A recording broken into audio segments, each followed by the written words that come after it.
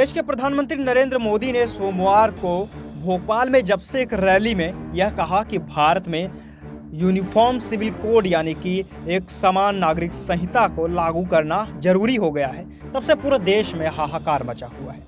अल्पसंख्यक मुस्लिम समुदाय के लोग लगातार इस बात को लेकर के डरे हुए हैं, सहमे हुए हैं, तो सरकार के खिलाफ तरह तरह की बातें कर रहे हैं। देश में अलग अलग लोगों के मुंह से अलग अलग बातें निकल रही है। कोई इसे हिंदुओं और मुसलमानों दोनों के खिलाफ बता रहा है, तो कोई कह रहा है इसके जरिए मुसलमानों को देश से बाहर कर दिया जाएगा। कोई धर्म के चश्मे से देख रहा है, तो कोई इसे बीजेपी का गुप्त एजेंडा बता रहा है, जिससे कि आने वाले समय में हिंदू राष्ट्र बन जाएगा यह देश।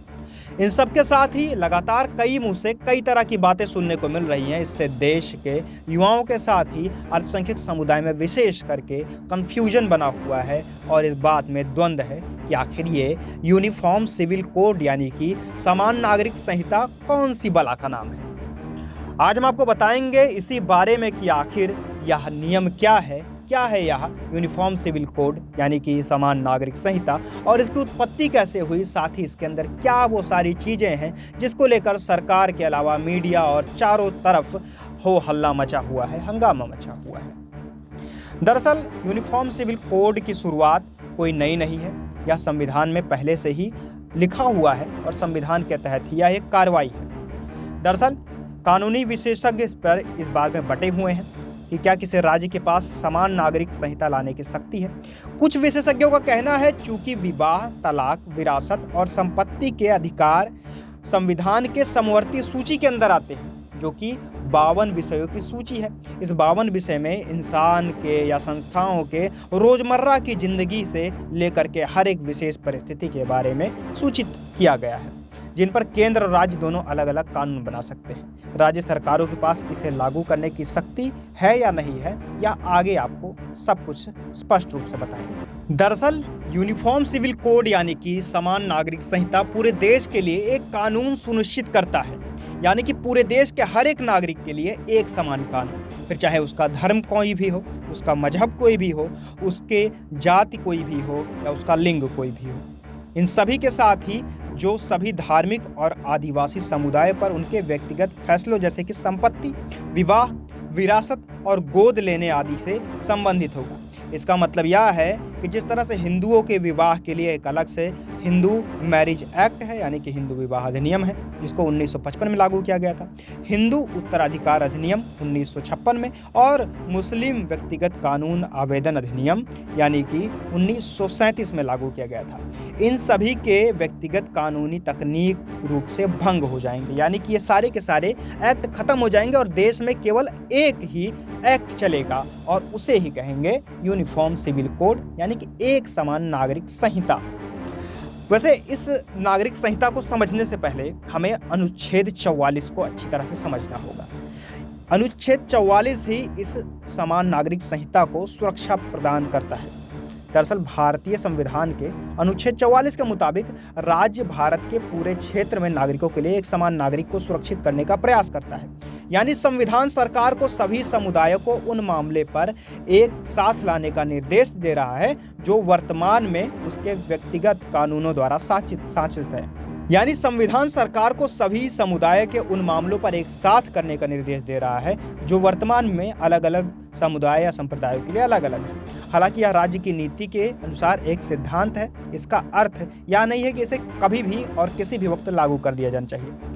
उदाहरण के लिए अनुच्छेद 47 राज्य को नशीले पेय और स्वास्थ्य के हानिकारक दवाओं के सेवन पर रोक लगाने का आदेश देता है। हालांकि देश के अधिकांश राज्यों में खपत के लिए शराब बेची जाती है, लेकिन इसका मतलब यह नहीं है कि यह नियम पूरी तरह से भंग हो गया है, इस नियम की कोई ज़रूरत नहीं पड़ती है। दरअसल समय और परिस्थितियों को देखते हुए संविधान में इस तरह का प्रावधान है और इसे देश में लागू किया जा सकता है। यानी कि यह कोई नई बात नहीं है कि अगर एक बार देश में यूनिफॉर्म सिविल कोड लागू हो गया तो वह कभी हटेगा नहीं। समय की जरूरत को देखते हुए भविष्य में सरकार अपने अनुसार कानून बना सकती है और इसमें सुधार भी ला सकती है। हालांकि अनुच्छेद 44 कहता है कि यूसीसी भारत के पूरे क्षेत्र में नागरिकों पर लागू होगा, जिसका अर्थ यह होता है कि अलग अलग राज्यों के पास अब वह शक्ति नहीं रह जाएगी। यूसीसी लाने के लिए राज्यों को कोई शक्ति देने के व्यवहारिक मुद्दे में भी समानता आ सकती है। उदाहरण के लिए क्या होगा यदि गुजरात में यूसीसी है और उस राज्य में शादी करने वाले 2 लोग राजस्थान चले जाते हैं, वे किस नियम का पालन करेंगे? दरअसल बात है कि अब यूनिफॉर्म सिविल कोड के अंदर नरेंद्र मोदी की सरकार ने ये सारी की सारी बातें समाप्त कर दी हैं और कुल मिलाकर के नरेंद्र मोदी के भाषण से यह साफ हो चुका है कि हर एक राज्य में या कोई भी राज्य के किसी भी देश में पूरे के पूरे सभी नागरिकों पर एक ही नियम लागू होगा। बता दें कि यह यूनिफॉर्म सिविल कोड कोई नया नहीं है, बल्कि इसकी शुरुआत आज़ादी से पहले यानी अंग्रेजों के समय में ही हो गई थी, जब ब्रिटिश सरकार ने 1835 में अपनी रिपोर्ट प्रस्तुत की थी, जिसमें अपराधों, सबूतों और अनुबंधों के संबंधित भारतीय कानून के संहिताकरण में यानी कि उसको एक नियम के रूप में देने के लिए एक रूपता की आवश्यकता पर जोर दिया गया था। यह भी सिफारिश की गई थी कि हिंदुओं और मुसलमानों के लिए व्यक्तिगत कानूनों को इस तरह के संहिताकरण से बाहर रखा जाए, यानी कि उनके जो निजी मामले हैं उनको इस संहिता से बाहर रखा जाए। वहीं से शुरुआत हुई थी यूनिफॉर्म सिविल कोड की, कि सभी नागरिकों के लिए कम से कम कुछ नियम तो आवश्यक हों जिसका सभी को पालन करना चाहिए। ब्रिटिश सरकार ने व्यक्तिगत मुद्दों से निपटने वाले कानून में हुई बढ़ोतरी को देखते हुए 1941 में हिंदू कानून को संहिताबद्ध करने के लिए BN राव समिति बनाई थी। इस समिति का काम हिंदुओं के कानूनों की आवश्यकता को जांच करना था। समिति ने शास्त्रों के अनुसार एक संहिताबद्ध कानून की सिफारिश की थी, जो कि महिलाओं को भी समान अधिकार देता था। समिति ने 1937 में अधिनियम की समीक्षा की और हिंदुओं के लिए विवाह और उत्तराधिकार के नागरिक संहिता की मांग की। राव समिति की रिपोर्ट के द्वारा BR अम्बेडकर की अध्यक्षता वाली एक चयन समिति को प्रस्तुत किया गया और 1952 को हिंदू कोड बिल को दोबारा पेश किया गया। बिल को 1956 में हिंदू उत्तराधिकार अधिनियम के रूप में भी अपनाया गया।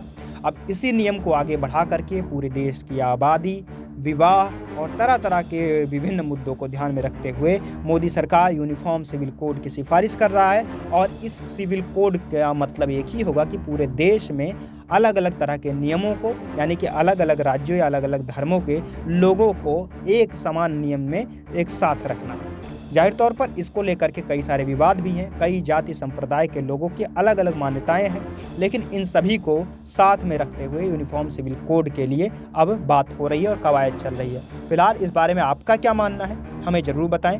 साथ ही पॉलिटिकल या अन्य विषय पर जानने के लिए हमारे साथ जुड़े रहें। हम आपको लाते रहेंगे, देते रहेंगे एक से बढ़कर एक तरह तरह की नई कहानियाँ जो कि आपसे सीधे सरोकार रखती हैं। आज के लिए इतना ही, फिर मिलेंगे देश, दुनिया, साथ ही राजनीति या अन्य कहानियों से जुड़ी हुई दूसरे किसी वीडियो में। धन्यवाद।